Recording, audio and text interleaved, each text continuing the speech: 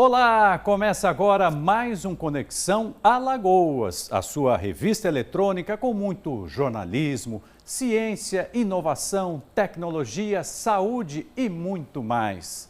E no programa de hoje eu tenho o prazer de receber o Dr. Tiago Mena, ele que é médico, especialista em emagrecimento e obesidade. Doutor Tiago, muito obrigado pela gentileza de aceitar o nosso convite. Mauro, Seja grande bem-vindo. alegria estar aqui hoje no Conexão Alagoas, grande alegria poder falar com os seus telespectadores, né?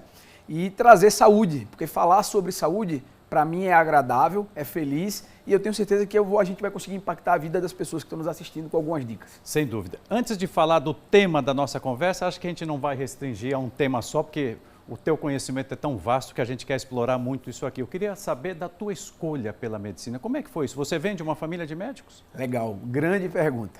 Na verdade, eu não venho de uma família de médicos, meu pai é militar, minha mãe é arquiteta, né?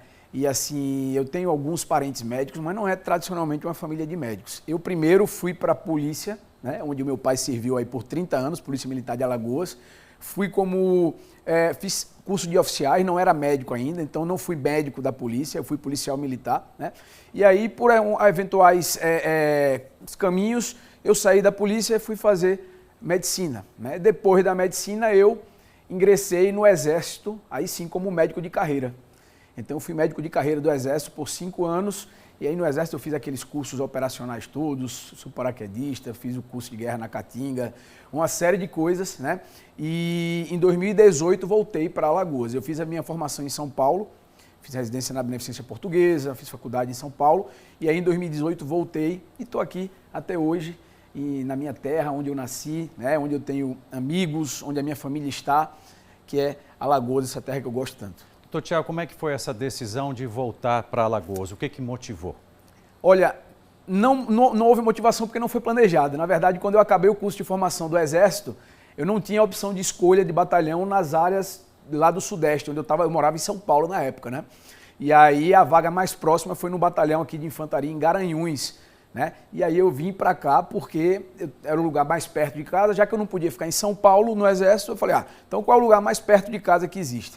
Eu fui o primeiro a escolher, eu fui o primeiro colocado da minha turma, e aí eu fui o primeiro a escolher, escolhi Garanhuns. Então não houve planejamento, tanto é que a minha esposa ficou em São Paulo com a minha filha na época e só veio 6 meses depois, porque ela precisava se organizar lá, né? Então assim, não houve muita escolha, houve um caminho, o destino aí trazendo a gente para cá. Mas sempre com esse brilho nos olhos. Sempre com esse brilho nos olhos em tudo, em tudo que a gente faz, em tudo que a gente promove, a gente coloca muito amor, a gente coloca assim, é por isso que sai bem feito, eu acredito. Porque a gente faz com brilho nos olhos, com dedicação exclusiva, é um jeito meio militar misturado com médico, que você vai conhecer, e disciplina, brilho nos olhos, alegria, e é isso. Queria falar, antes da gente entrar no tema da tua especialidade, da tua especialização, como é que é o médico se tornar um empreendedor? Ele já era empreendedor e foi médico ou isso se encontra de um jeito muito especial? Se encontra de um jeito especial. O médico ele não tem treinamento para ser empreendedor. A medicina é uma área muito verticalizada, que exige muita especialização. Então são 6 anos de conteúdo especificamente para a medicina. Anatomia, fisiologia, bioquímica, aí começam as especialidades que a gente aprende na faculdade. Gineco, pediatria, reumatologia, enfim. E assim o médico não tem na sua grade curricular, pelo menos na minha época, eu me formei em 2013, a gente não tinha na grade curricular nada relacionado a como tocar a clínica, como gerir sua clínica. Como é que você contrata uma pessoa na sua clínica? Ela vai ser CLT, ela vai ser prestadora de serviço, enfim, a gente não tem nada disso. Qual é a contabilidade? Como é que você consegue fazer essa questão de contabilidade? O médico não recebe esse treinamento. E aí, comigo, o que é que aconteceu? A gente começou a crescer e foi meio que obrigado a aprender, porque a gente precisava de mais gente na clínica, uma recepcionista só não dava mais conta, aí a gente teve que contratar enfermeiro, aí a gente teve que contratar técnico de enfermagem, a gente teve que contratar, hoje, que a gente tem muitos procedimentos na nossa clínica, nós temos um técnico em farmácia, cuidando da nossa farmácia dentro da clínica, e aí ou você aprende ou você para de crescer, né? E a ideia sempre foi crescer, porque eu percebi, na verdade, eu montei um modelo, tudo começou com um consultório. Sim. Um consultório que dava muito certo. E eu montei um modelo de organização no meu consultório que ficou sensacional, modéstia à parte, do ponto de vista de experiência do paciente, do ponto de vista de tratamento com funcionários, de treinamento, etc. E aí eu pensei assim, por que é que eu não posso dar para os meus colegas isso que eu montei? E aí o que é que eu precisei fazer? Eu precisei crescer em termos de espaço físico. Né? Um consultório onde eu trabalhava só não dava mais conta.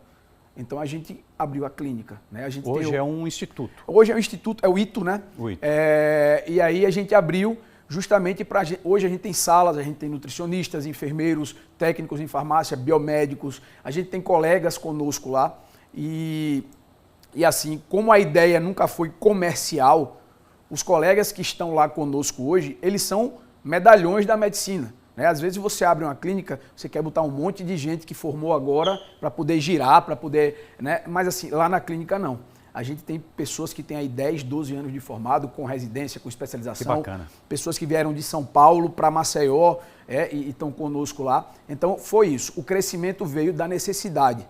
Então a gente se sente sufocado. A gente mudou para o ITO, que é a nossa sede hoje, porque o lugar que eu estava não cabia mais a equipe.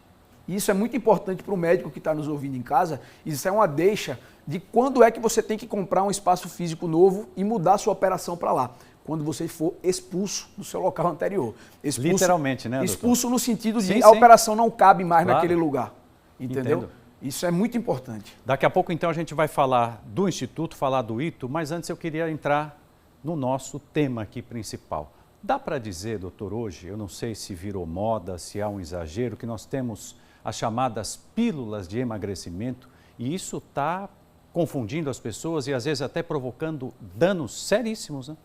Sim, nós temos medicações muito boas, medicações hoje que entregam a perda de peso semelhante à cirurgia bariátrica, mas é óbvio que essas medicações não foram feitas para a pessoa usar por conta própria, usar sem indicação, usar sem orientação médica.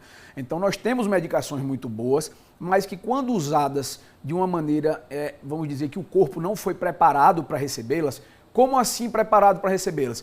Se um indivíduo ele tem deficiência de testosterona e usa essa medicação sem corrigir a testosterona, ele vai ter um resultado inferior. Se o indivíduo tem uma deficiência vitamínica e usa essa medicação sem corrigir essa vitamina, ele vai ter um resultado inferior. Se o indivíduo está inflamado, a gente sabe, né, que a obesidade é uma doença inflamatória. Então, o excesso de gordura no corpo produz substâncias que deixam o corpo inflamado. Se esse indivíduo apenas compra uma canetinha e se aplica sem melhorar essa inflamação, ele vai ter um resultado inferior. Então, o segredo é esse.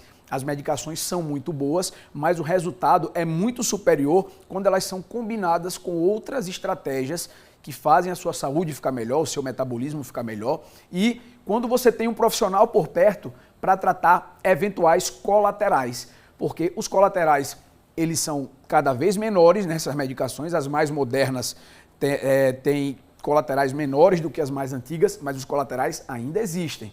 Então é preciso ter por perto uma pessoa que esteja acostumada a lidar com essas medicações para ela lhe dar os atalhos. Eu estou com náusea, faça isso. Eu estou com refluxo, eu estou falando desses sintomas. Entendi. Porque são os colaterais mais comuns. Né? Então é isso, as medicações são boas, mas elas não fazem o serviço como se fosse um piloto automático do avião. Não existe milagre, né, doutor? Não existe. Quando a gente olha os dados, a gente vê a importância do seu trabalho. Quer dizer, hoje no Brasil, 1 a cada 4 brasileiros é obeso. Isso eu imagino que chega diariamente no seu consultório e essas pessoas querem melhorar de vida, melhorar o bem-estar, né?